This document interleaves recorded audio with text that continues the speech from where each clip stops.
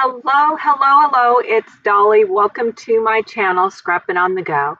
This process video is for Mix It Media Frenzy with Krista, Kathy, Ronnie, Sue, Scrappy Sisters, Kathy, and myself. Every Friday, we take a sketch or layout that we find on Pinterest and scrap lift it. And we chose another one from Missy Whidden's collection. I honestly don't know how she created this layout. It could have been a large stencil.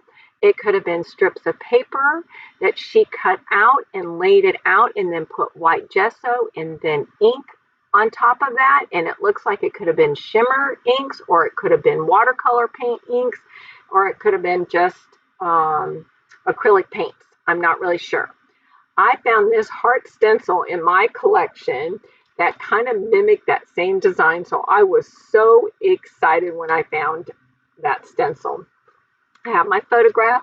I'm using this texture paste called Brie Rees. It's a matte metallic called titanium white. It's very thick. It has a grit to it, but it's pliable.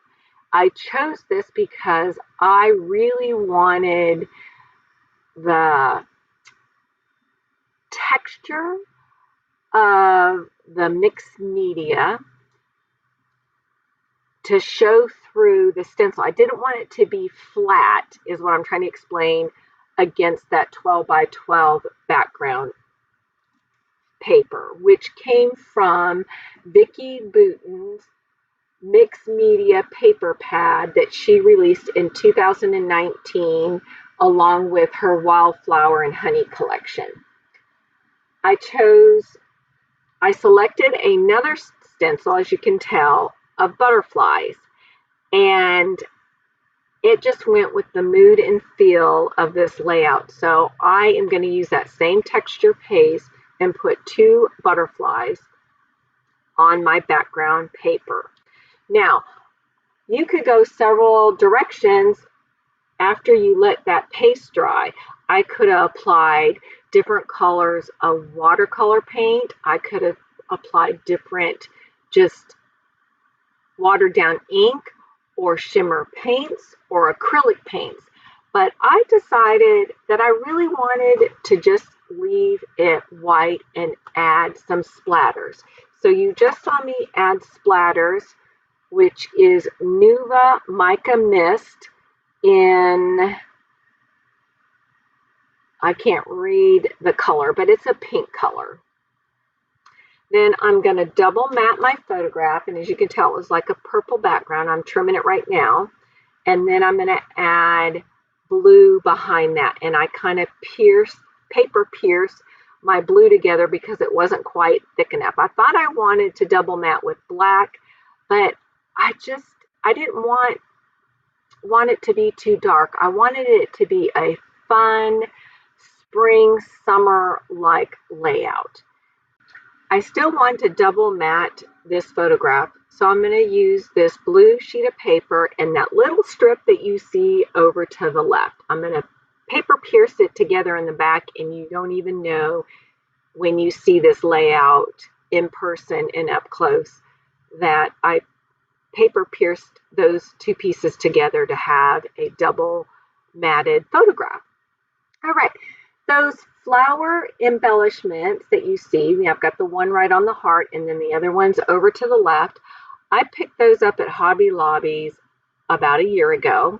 It's not Hobby Lobby's with an S, Hobby Lobby. And you get several of them in a pack at a very reasonable cost. I mean, it was like $5. And I'm slowly using these up on my layouts. I think they were meant to make cards with.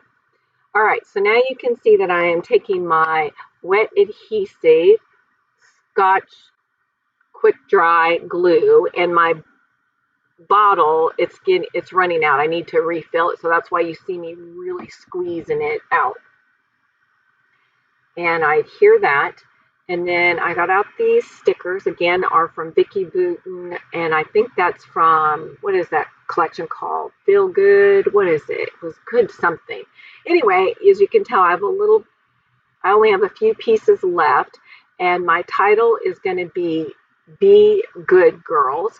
My niece is over to the right, and then her friend is in the middle, and then that is her friend's sister to the left that was visiting from Baltimore. This photograph's about 2 years old. Well, it is 2 years old, and it was taken at my birthday in March in 2018. And I don't know if I've documented this photograph. If I did, it's only been once, and I always create a second one for my niece. I have an album. Actually, I'm working on her second album. And so anyway, if I already have documented this photograph, then this layout will go in her album. And those alpha stickers, I think, are exclusive from HipKit, and I think a friend gifted those to me. I'm pretty sure that's where those came from. All right, now with that heart, like I said, I think I said before, I could have watercolored it, inked it up, but I just did splatters using the Nuva Mica Mist in a pink. It's a rose color, actually, is what they call it. And I just splatter it over the paste and also on the layout.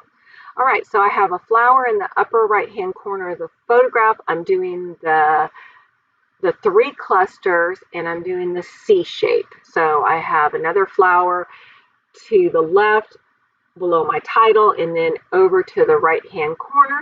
I'm using a couple of washi tapes here just to draw your eye to the title, which will also draw your eye back up to the photograph.